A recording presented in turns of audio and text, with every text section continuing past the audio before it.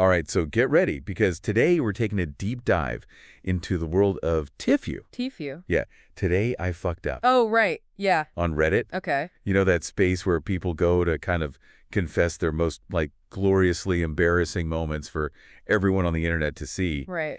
And we have a bunch of recent posts here. Okay. And trust me, some of these are epic. I bet. But what's so fascinating to me about this is that it's not just about, the cringe factor, right? Right. There's, this whole psychological and social dynamic that's happening. Yeah. Why are we so drawn to these stories about, human error, Yeah. And what can we actually learn from them about the way that our minds work? Or maybe how not to make the same mistakes ourselves. Exactly. Right? Yeah. It's really interesting. So let's start with something that I think everybody listening can relate to. Okay. Just those everyday mishaps and those miscommunications that make you want to just facepalm so hard you leave a dent in your head. Oh, yeah. It's remember that post about the woman who accidentally sent a really scathing voice note about her landlord to her landlord? Oh, classic. Yeah, that's a classic. So good. And it's not even just about being distracted. It taps into this thing that psychologists call the irony of control. Okay. Which is the harder we try to suppress a thought, the more likely it is to pop up at the worst possible moment. Oh, no. So she was probably trying so hard not to think about all of her landlord's annoying habits or flaws or whatever. Right. That it just totally backfired. So it's mental self-sabotage. Kinda, yeah. Oh, that's kind of terrifying. Yeah. But also hilarious in this case. Yeah, but also hilarious. Okay, this next one is all about assumptions. Okay. And how they can lead to some really awkward encounters. Uh-huh. So there's this retail worker who was so gung-ho about giving a grandparents' day discount to this woman with 2 kids. All right. Except, surprise, surprise, she was the mom. Ouch. Yeah, you can practically feel that secondhand embarrassment through the screen. I know. It's tough. Yeah, but this goes beyond just a simple misjudgment. Right. It speaks to how societal expectations could really shape our perceptions. Yeah. The employee was probably subconsciously primed to see an older person as the caregiver. Uh-huh. And that bias just totally influenced their actions. Totally. That's so interesting because it makes you think about all those little assumptions we make every day without even realizing it. All the time. Okay, this one might be my favorite so far. Okay, let's hear it. This person was struggling for weeks Oh, my God. to buy cigarettes in Italy Okay. because they kept trying to remember the Italian word for tobacco shop. Okay. It turns out they never even considered just asking for cigarette. Wow. Which is cigarettes in Italian. Oh, that's a perfect example of how our mental models can sometimes trap us. Right. We get so fixated on a particular way of thinking that we miss the simplest solution. Right. It's like that saying, if you're only too like a hammer, every problem looks like a nail. Totally. Yeah. So what you're saying is sometimes we just need to zoom out. Yeah. Consider all the angles. Yeah, to take a step back. Before we drive ourselves crazy. Yeah. That's actually really helpful advice, not just for avoiding awkward situations, but just for life in general. For sure. Yeah. Flexibility and adaptability are key. Totally. Okay, speaking of adaptability, let's talk about technology. Okay. Love it or hate it, it's woven into the fabric of our lives. Oh, yeah. It's everywhere. And naturally, it leads to its own fair share of TIFUs. Oh, for sure. We've got everything here from accidental self-conditioning to straight-up digital disasters. Yeah. The way I see it is that our relationship with technology is this constant push and pull between empowerment and vulnerability. Yeah, right.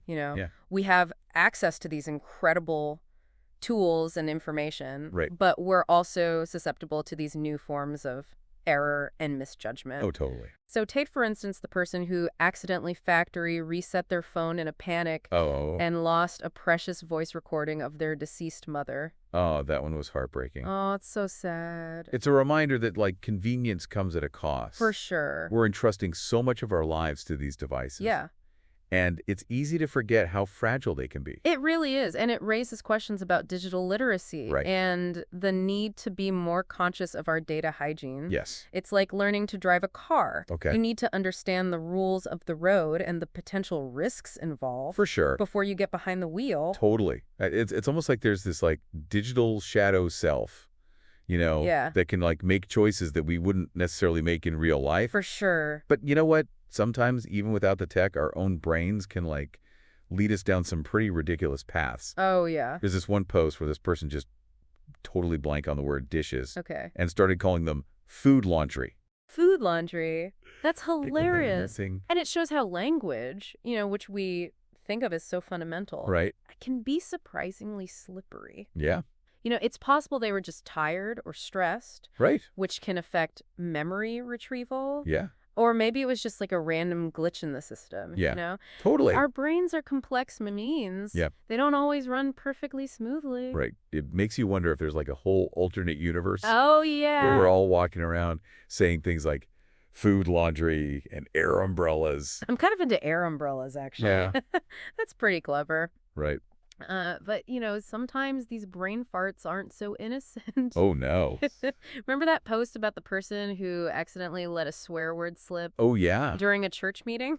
Oh, my gosh, yeah. They were trying to say commons, but they kept saying something a little more colorful. Oh, yeah. That was painful to read. Yeah. Like you could practically feel their soul leaving their body.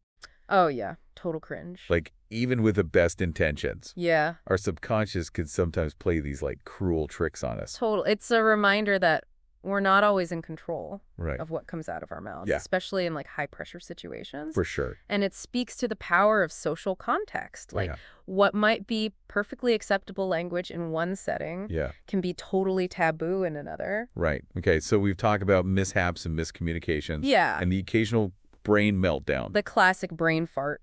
Exactly. But what about when we, like, actively try to do something new and it all goes horribly wrong? Yeah. Those TIFUs are often a special breed of cringe. Oh, yeah. For sure. The trying something new category is fascinating. Yeah. Because it often involves this interplay between curiosity, impulsivity, and a healthy dose of miscalculation. Yeah. Like that woman who decided to try washing her hair oh my God. without eating all day while on her period. Yeah. And ended up fainting in the shower. I remember that one. Oh, it's brutal. Not only did she faint, yeah, but she hit her head and tooth on the way down. Oh, no. Talk about adding insult to injury. Oh, man. It's a reminder that sometimes even seemingly harmless experiments can have really unexpected consequences. Right. And it highlights the importance of listening to our bodies. Right. Yeah. We need to respect our physical limits. Totally. And not push ourselves too far, especially when we're already dealing with other stressors. For sure. Okay, then there's the person who tried a new, like, denial technique. Oh, God. During intimate time with their partner without discussing it beforehand. Yes. The dangers of assuming shared knowledge and unspoken consent while exploring new things in the bedroom can be great. Yeah. Clear communication is absolutely crucial. For sure. Otherwise, it can lead to misunderstandings, hurt feelings, and a general lack of satisfaction for everyone involved. Communication is key. Write that down, folks. But sometimes, even with communication, things can still go sideways. Of course. Like the guy who used Nair on his sensitive areas without, reading the instructions. Oh, God, that one made me wince. I know. It's a case of not fully thinking things through. We get so focused on the desired outcome that we neglect to consider the potential downsides. And sometimes those downsides can be pretty intense. Yeah. It's a good reminder to always read the instructions. Always. Especially when dealing with potent chemicals and delicate body parts. Couldn't agree more, but, amidst all the cringe and the facepalms, there's also this thread of vulnerability running through these TIFU posts. Yeah. People are sharing their regrets, their missed opportunities, those moments that they wish they could take back. Totally. And I think that's what makes this forum so compelling. Yeah. It's not just about the laughs. Right. It's about that shared human experience of making mistakes. Yeah. And grappling with the consequences. Exactly. It allows us to connect with others on a deeper level. Yeah. And realize that we're not alone in our imperfection. For sure. Like the person who completely bombed their dream job interview. Oh, yeah. And was just filled with regret afterwards. Yeah. It's that feeling of, I had one shot and I blew it. It's a universal fear. Yeah. The fear of not living up to our potential or missing out on something important. Right. But it's also an opportunity for growth. Okay. We can learn from that experiences, analyze what went wrong, and use that knowledge to improve ourselves for next time. It's all about turning those TIFUs into next time I'll totally nail it. Exactly. Totally. And sometimes those TIFUs aren't just about personal embarrassment. Right. They have real consequences, for other people. Oh, yeah. Like the lab intern who mixed up blood samples. Oh, God, that one was scary. I know. And even though they caught the mistake before it caused any real harm. Right.